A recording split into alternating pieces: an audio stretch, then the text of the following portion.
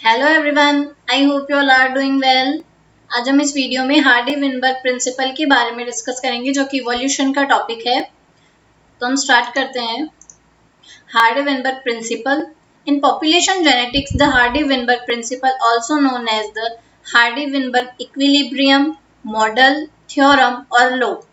इससे Hardy Weinberg principle को इतने और भी नामों से जानते हैं, जैसे कि Hardy Weinberg equilibrium, Hardy Weinberg model, Hardy Weinberg theorem और हार्डी विनबर्ग लॉ। अब हार्डी विनबर्ग लॉ क्या कहता है? Allele and genotype frequencies in a population will remain constant from generation to generation. यानी क्या कह रहा है? जनरेशन टू जनरेशन जो जीनोटाइपिक और एलिलिक फ्रीक्वेंसी होती है वो कांस्टेंट रहती है in the absence of other evolutionary influences. यानी कि इवोल्यूशनरी इन्फ्लुएंसेस नहीं होता है इवोल्यूशन के बिना। अब ये प्रैक्टिकली देखना तो मतलब पॉसिबल नहीं है कि कोई भी किसी भी चीज में इवोल्यूशन ना हुआ हो, बट ये एक आइडियल कंडीशन को फॉलो करता है जिसमें इवोल्यूशन एब्सेंट हो और जनरेशन टू जनरेशन एलील और जीनोटाइप फ्रीक्वेंसीज कांस्टेंट रहे। In the simplest case of a single locus with two alleles denoted capital A and small a। अब इसके लिए एक बार सिंपली फॉर्म समझ लेते हैं कि capital A and small a ये क्या होते हैं? ये दोनों को हम बोलते हैं एलील्स। इन्हें क्या बोलते हैं? एलील। अब जब ये पेयर में आ जाएंगे, जैसे capital A capital A, capital A small a, small a small a, तो ये क्या हो जाएंगे? जीन। ये एलील हो गए, ये हो गए जीन। अब अगर हम बात करें कि डोमिनेंट, होमोजाइगस, डोमिनेंट, रिसेसिव, इनके बारे में बात करें तो जो कैपिटल के फॉर्म में होता है वो होता है डोमिनेंट।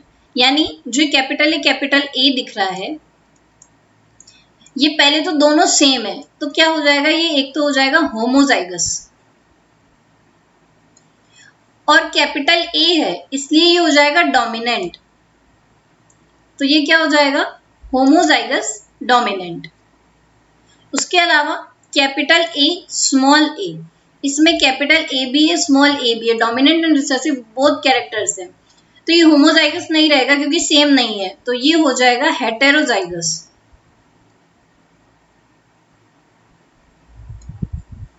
फिर आता है स्मॉल ए, ये भी दोनों सेम ही है, होमोजाइगस ही रहेगा ये भी। अब होमोजाइगस तो होगा, पर कैसा होमोजाइगस होगा? ये होमोजाइगस होगा रिसेसिव। आई होप इन ये सब टर्म्स आपकी क्लियर हो गई होगी, अगर नहीं हो तो इनसे भी रिलेटेड क्वेश्चन आ जाता है। जरूरी नहीं है एग्जाम में कैपिटल ए और स्मॉल ए ही आए, कैपिटल बी स्मॉल बी या capital Q small Q, capital P small P, capital Y small Y, इनमें से कुछ भी दे सकता है, कैसे भी क्वेश्चन आ सकता है। और जरूरी नहीं है एलील देके ही क्वेश्चन पूछे, सीधे सीधे ऐसे भी आ सकता है, homozygous dominant, heterozygous, homozygous recessive, ऐसे भी क्वेश्चन आ जाते हैं। तो इसलिए इन टर्म्स का क्लियर होना भी जरूरी है, अदरवाइज क्वेश्चन ही हमें नहीं समझ में आएगा कि वो पूछ क्या रहा है।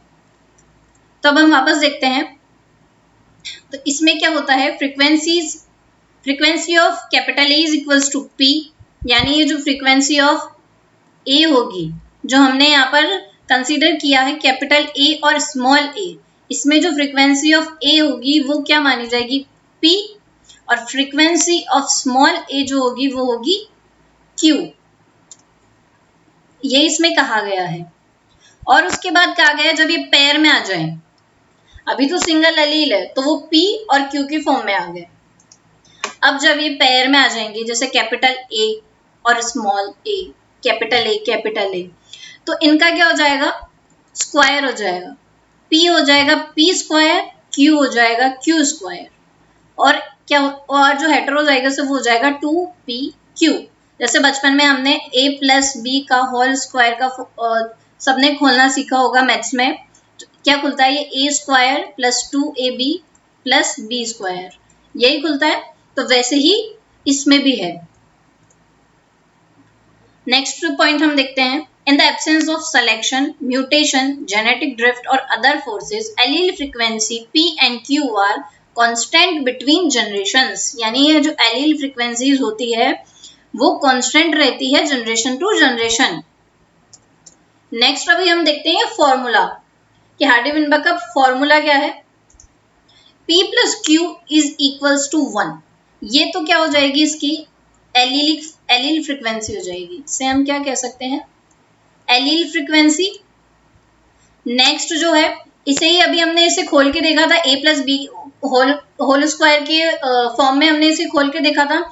तो क्या आया था, P square plus 2pq plus Q square is equals to 1। ये इसकी हो जाएगी जीनोटाइप फ्रीक्वेंसी। क्या हो जाएगी, ये जीनोटाइप फ्रीक्वेंसी। ओके, ये तो हो गया इसका फॉर्मूला।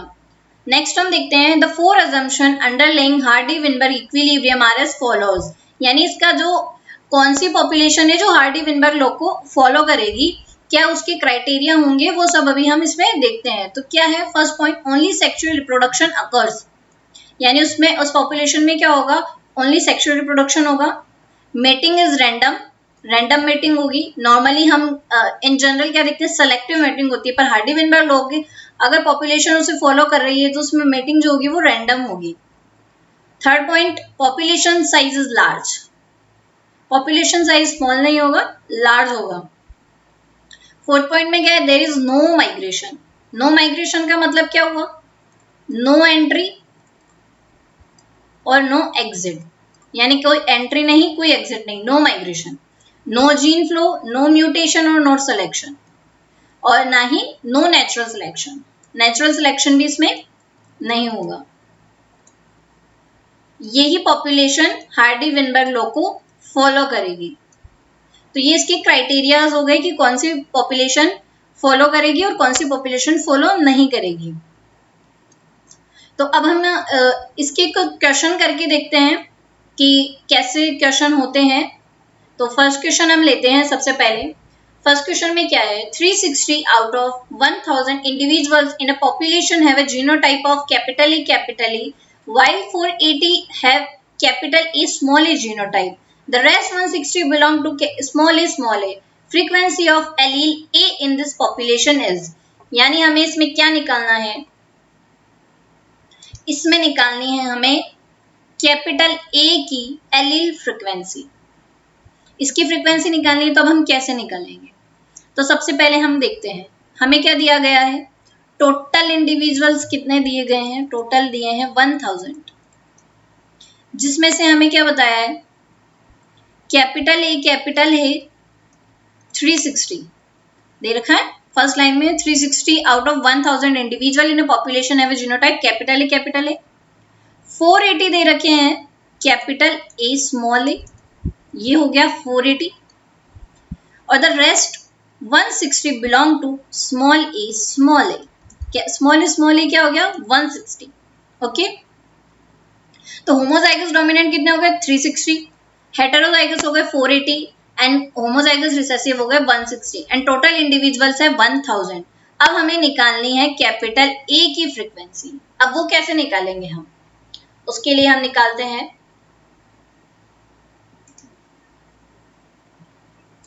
सबसे पहले कैपिटल ए की निकालनी है। तो कैपिटल ए कितने हैं वो निकालेंगे।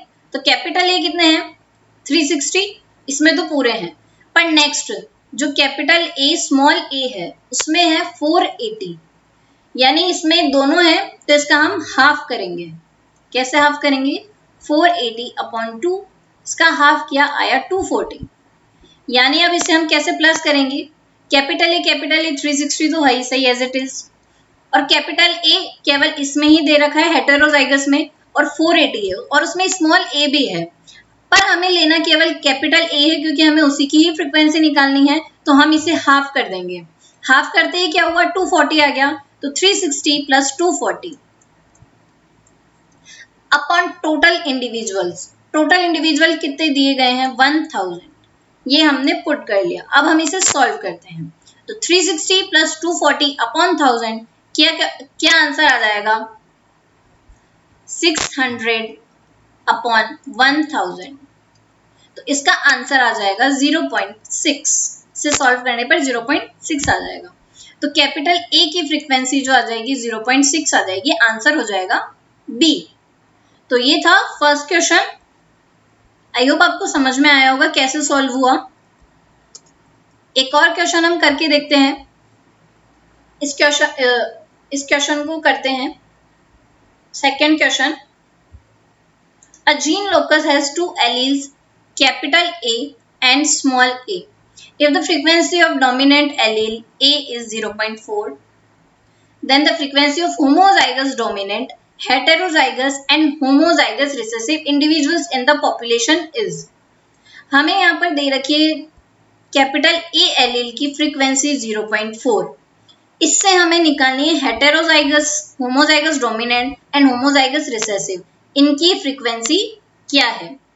तो हम पहले ए दे रखा है, हम स्मॉल ए की निकालते हैं। तो हम फॉर्मूला क्या था, P plus Q is equals to 1। तो हमने ए को P मान लेते हैं, तो 0.4 plus Q is equals to 1, यानी 1 माइनस 0.4 हो जाएगा। एंड स्मॉल ए की जो फ्रीक्वेंसी आ जाएगी वो हो जाएगी 0.6। अब हमें क्या निकालना है, होमोजाइगस डोमिनेंट। होमोजाइगस डोमिनेंट क्या हो जाएगा, कैपिटल ए, यानी ए का स्क्वायर करना है हमें। अब हम 0.4 का स्क्वायर करेंगे तो क्या आ जाएगा 0.16। फिर हमें निकालना है हेटेरोजाइगस। हेटेरोजाइगस में क्या करना है, हमने फॉर्मूला खोला था p square plus Q square plus 2pq। तो जो 2pq था वो किसके लिए था, हेटेरोजाइगस के लिए। तो अब हम यहाँ पर 2pq करेंगे, यानी 2 into a into small a। तो 2 इंटू कैपिटल A है 0.4, स्मॉल a है 0.6। तो कैपिटल A स्मॉल a क्या आ जाएगा,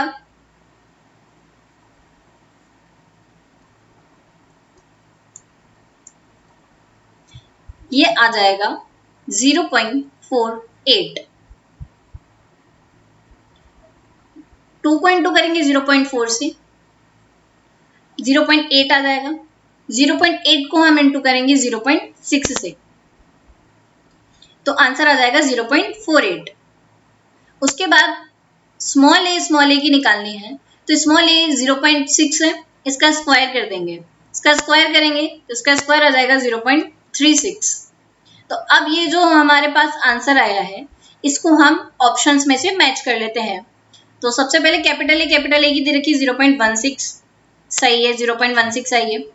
कैपिटल ए स्मॉल ए की दे रखी 0.48, 0.48 आ रही है। एंड स्मॉल ए की दे रखी 0.36, 0.36 आ रही है। तो आंसर हो जाएगा ए। इसका आंसर सही क्या आ जाएगा, ए आ जाएगा। ओके, एक और क्वेश्चन हम देखते हैं।